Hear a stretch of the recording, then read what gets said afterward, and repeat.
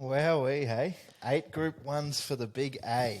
Animo, how good was he on the weekend, Blake? Yeah, they don't look like stopping him anytime soon either. He was outstanding. Probably landed a pair further back than I expected, but gee, he's got to turn a foot, doesn't he? He does. He's a joy to watch, really, isn't he? So, like we said, 8 Group 1s now. He goes past the likes of, I think it was Maccabi Diva, Might and Power, Buffering, Superimpose. He's on an elite list. We've posted it on our socials yesterday. You've got it there. Of course, the great mare Winks up the top with Black Caviar, but mate, he's with some elite company there. Yeah, so I think he's around number 14 in Australasia now. So next on his hit list would be Nature Strip on 9 and Northerly on 9 Group 1. So I'd expect him to win that in the next, you said 3 weeks' time? Yep, he goes to either the George Ryder or the Ranvid. So you would imagine whichever way they go, that's Group 1 win number 9 for him. Yeah, well, I'd think that he'd probably have the Ranvet absolutely. Sorry, he'd have the George Ryder absolutely in his bag. But getting up to 2,000 metres, I think there's probably a few horses that might improve, even though he's the Cox Plate winner. He's the weight for age champion of Australia. I think he'd probably start shorter in the George Ryder than he would in the Ranvet. But we'll see. Which is interesting because the markets at the moment, the way they are, is $1.70 in the Ranvid and $2.40 in the George Ryder. So could be a little bit of meat on the bone there. But of course, mate, this is the way. And we're going to do it a little bit differently this week. Rather than finding 3 horses to follow, we're just going to review the 5 Group 1 races because what a weekend it made. Even for the if you're not a punter but just love watching horse racing, which I'm both, but for me, I think that was one of the best weekends of racing that we've had like in a long time. In terms of across the board, I thought, of course, Animo that we've already touched on, that finish in the surround was just a super finish. You've got the Queenslander Uncommon James giving Benny Thompson, Steve O'Day, Matt Hoysted the first Group 1 wins. I thought it was a great weekend. I wouldn't go as far as you, but considering you backed Sunshine in Paris, your soft spot for Uncommon James, I can see why you love the weekend so much. It was good. But, mate, quality of racing was outstanding across the board. We'll start with Sydney, I guess. Let's go to Sydney. Stakes. It was a tight finish in the surround, of course, in secret. I don't think you can say a disappointing favourite because she was beaten a short half head, but I guess the market expectation, the market thought she would win. She finished third. Ruthless Dame, interesting sort of run. Sunshine in Paris snuck through late, and Zougotcha probably the run of the race. And if you backed her, you'd be astounded that she didn't finish in the placings. Yeah, it was a very tight finish. I sort of thought, I was of the opinion that if In Secret got clear galloping room, she'd be too good for them. So I would consider her effort slightly disappointing. She was on the worst part of the track. No horses won up that inside all day, but she did get clear galloping room. She was dominant at her previous start. So I would have thought she would have put them away. Sunshine in Paris, she was really strong late. As I said to you earlier, I didn't think she was going to win at the furlong, but she really knuckled down late and surged through and won the race. Ruthless Dame, I thought she was one of the better runs of the race. She travelled 3 deep without cover. She was only having her 4th career start. I know Sunshine in Paris had only one more start under her belt, but as far as I know, Ruthless Dame was the most likely race horse in the race, and she did a terrific job considering she covered extra ground. She really didn't know what she was doing at one stage. She was just sort of wobbling about, and then when Sunshine in Paris ducked through on her inside, she picked the bit back up and she came again on the line. So she did a terrific job. Interested to see where they go with her. Zougotcha, she was really good. She had every possible chance, but she missed a run with that elevated temperature. So she's gone super. And then the one that I'd like to follow outside of the placings was She's a Belter. I thought she was really good. She got back. She got on heels prior to the 800 metres.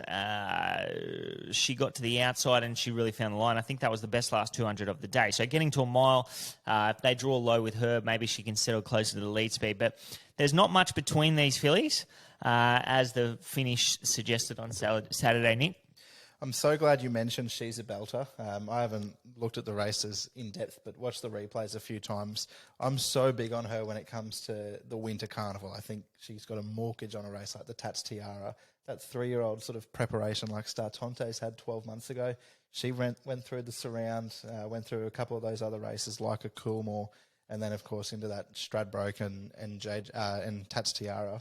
So good to see she's on track because she had no luck in the spring. Yeah, well, you might be right.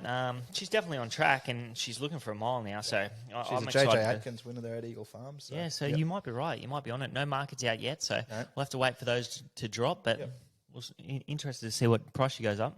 Be very interesting. No doubt the Coolmore on the radar for a lot of those fillies as well. Next start, but mate, the feature, I guess, of the day there at Randwick on the weekend was the Chipping Norton. Animo, like we've already mentioned, he got his 8th Group 1. He was too good for Fangirl, Moanga and Laws of Indices, who's going really well this prep. Yeah, this race went really well, so it's a race that we can follow into the future. Moanga showed a bit of speed, didn't he? He did. I didn't think he'd be so close. And I think we were sort of talking about it earlier. It's probably the first time we've seen him settle so close. But for a horse that's got so much ability, we haven't seen the best of him for a little while. But I think the end of that spring, like his Cox Plate run was pretty good. And coming into the first 2 runs this autumn, he might be back to his best. Yeah, I think that there's a race in him for sure. I'm interested to see where they go with him. He's sat on speed on, you'd say, more than an even tempo for a Group 1. So he's done a good job there. And if he can show that versatility in the future, then he's going to win more races because you just want to be on speed rather than his old racing pattern getting out of the back and not having the best of luck. But, yep, I think there's a race in him. I think the All-Star Mile, if he could get a wild card entry into the race, that would be the sort of race for him. I thought Fangirl was fantastic behind Animo. You could be forgiving of the beaten margin. She was held up there at a crucial time. Thought she was really strong on the line. She was in inferior going. Back to mare's grade or back to handicap conditions, she could be winning a race. Laws of Indices, I thought he was outstanding. He was held up in behind horses. Like he didn't lose too much momentum, but when he got to the outside, I really liked the way he attacked the line. So there's a big handicap in him. Montefilia, thought she was outstanding as well. Big squeeze between the 8 and 400. That was the best sectional of the race. And she was still really strong late. Best last 200 metres of the race. So she's looking for 2,000 metres now. And then other horses like Arapaho, he's out of his grade here. He's run well. I think he's only 103 rater. So he could even go back to just listed company and be very competitive. And then you got the horse down the bottom, Stockman. He had the second best last 200 metres of the race, so he's warmed up late. He is very much so on track for the Sydney Cup, which we suggested would be a good race for him at that $26 quote a few weeks ago. Yeah, fingers crossed, mate. I certainly had a little nibble at that price there in the Sydney Cup. Just having a look at a few futures markets. Montefilia, she lowered the colours of Very Elegant in the Ranvet 12 months ago. That was the day you probably remember Very Elegant anchoring every single multi that I do remember it. had in the. I think there was 5 horses in the race, and Montefilia wasn't expected to do it, but she's about a $13 chance in the Ranvet to defend her title, which, if you happen to get there in 3 weeks' time and Animo goes to the George Ryder and stays at the 1500, I can't imagine the likes of Fangirl being in the Ranford. I don't think Gold Trip will be there. Interesting to see what those couple of internationals do. I think William Haggis has got a horse by the name of Dubai Honour, and Mike Moroney now has Alan Kerr, who's another international, but she could almost be top of the market come race day. Yeah, I agree. I sort of had a look at that race this morning. And if Animo's there, she probably would be at the top of the market. I don't know too much about the internationals. I don't know whether they're coming or they're any good. But, yeah, she was very good first up, and I can't see her being a $13 chance at all. No, not at all. So I think she'd start half that quote. Definitely. Even if Animo is in the race. Yeah, 100%. Sandown, mate. We had 3 Group 1s there. We had the Blue Diamond, of course, the Futurity Stakes and the Oakley Plate. Great afternoon of racing all across the board, but we'll start with the Blue Diamond for the 2-year-olds. Members only had a bet on Steel City, and if you haven't watched the replay, don't go and watch the replay because, gee, she was stiff. Yeah, I'm not going to say that she would have won the race, but she just didn't get her opportunity No. to win the race. She looked like she was really travelling at the time. So Blake Shin put her in a lovely spot. She began well with the blinkers on for the first time. He found the right spot with her, which was just in behind the leading pack. I think that he went for a run on the fence, and it probably wasn't there. The leader laid back in on him. He lost momentum. In my opinion, a run did come to the outside of the leader maybe 2 strides after that. Yeah. So if he waits 2 strides, he can just pop out. It wouldn't have been a pop out. He would have had to shove out, but the horse was going really well. I think that she couldn't take that gap because she did lose that momentum, and then she had to get back, take the bit back up. But yeah, she was just a complete excuse. We don't know whether she would have went on and won the race, but she was really travelling into the race. Yeah. Little Bro's really good ride by Michael D, finding a spot and weaving a passage through. I thought Don Corleone was probably the best run in the race, and he's the horse that I'd want to follow out of it. He was held up at a crucial time. He was held up on several occasions, actually. When he did get out, he produced the best last 200 metres of the race. And the other one out of the race that went really well was Dubinenko, Dean Yendall in the saddle. He had some choice words to say after the race in his post-race comment. Did he? What did Dean say? It was just a simple effort, which I think that going off that comment, he probably thought he probably should have finished closer to. Yeah, well, the horse was out the back, not doing a whole lot, but really warmed up late, and you'd think that a race like the Sires in a couple of weeks would be a good race for him. As in the VRC Sires? Yep. Yeah, I think it's 1,400 metres usually at Flemington or something like that. So I would expect that horse to show up there and be very competitive. You know what horse went through that VRC Sires a few years ago and was a very good run. Similar run in the Blue Diamond. A horse by the name of Hitotsu. Didn't win the race, but that's the sort of he's had that similar sort of run. She did, I should say. I'm trying to think of... do you remember that horse of Snowden's that ran well in the Blue Diamond and then might have run in a Sires and then a Golden Slipper? Maybe backed up a week later. He became a stallion as well. Von Costa de Hero. Oh, yeah. Do you remember him? It's going back a while. Yeah, going back a long time. I'm showing my age, yeah. but I'll have to go and have a look at him. But yeah, he was a very, very, very good horse. I was actually on him that day in the Slipper, and he ran second. I'm not saying that that horse is my Slipper horse, but Don Corleone, I think he's probably getting elevated to near enough to top seed for mine for the Slipper, so I'm excited to see him go around. I wouldn't think that they'll give him another run before the Slipper. I doubt it. 3 weeks. 3 runs under his belt, 3 weeks into the Slipper. That he's probably more of a 1,400 metre horse, so you'd want to be 3 weeks fresh into the Slipper, and gee, he's going to be really strong laden. I think the $15 that it's about for him in the Golden Slipper is pretty generous. Yeah. That Slipper picture is going to be, I suppose, a few more pieces of the puzzle will be put into place on the weekend with the Todman and the Riesling. But have you found what you're looking for? Yeah, I did. I'm looking at Von Costa de Hero. So he actually didn't run in the Blue Diamond. He ran in the Blue Diamond Prelude, and then he was 4 weeks off into the Sires, and he won that. And then he came to the Slipper 6 weeks later. 6 weeks later after the Sires. So there's been a bit of a change in the been a bit of a change in the scheduling. But he went 6 weeks into the Slipper, and he was beaten 0.2 of a length by Sebring, and he came from last. So he's run pretty well. Sebring form, good form. Yeah, no doubt. Enough reminiscing. We'll still reminisce, but a little bit closer. We'll go to the Futurity on the weekend, mate. Maybe not your favourite horse, but certainly a lot of people under the TLU banner just idolise Alligator Blood. And he's hard not to like, really, isn't he? He's got that racing pattern that, he's on speed, he's tough, he takes plenty of running down, and that's what sort of came to fruition in the Futurity. Yeah, this race they've gone really slowly. Nugget took up the running. Good ride here by Blake Shin, just letting him go, getting his back, and they've really zipped home. So in a race that's run like that, Alligator Blood is going to be very hard to catch. So he's gone very well. He was first up. A lot of these horses had a run under their belt, so he's gone well. I thought Mr. Brightside was outstanding. He probably settled a pair further back than I expected.